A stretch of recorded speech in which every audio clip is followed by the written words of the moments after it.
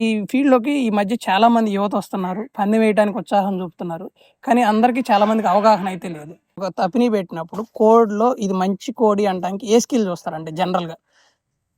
నేను కొంతమందికంటే కాపు కాసి అట్టప్పుడప్పుడు 4 కాళ్ళకొచ్చి సెలెక్ట్ చేస్తారు. నేనేంటంటే నా స్టైల్ నాకు ఇష్టమైన డూ ఆర్ డై.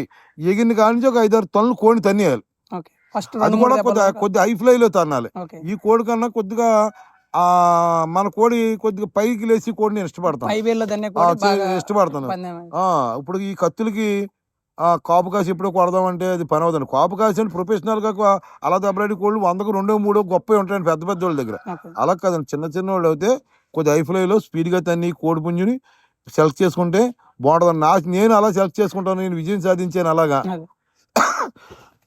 అల్టిమేట్గా కత్తులు వాడి బ్రీడ్ కావాలి. ఓకే.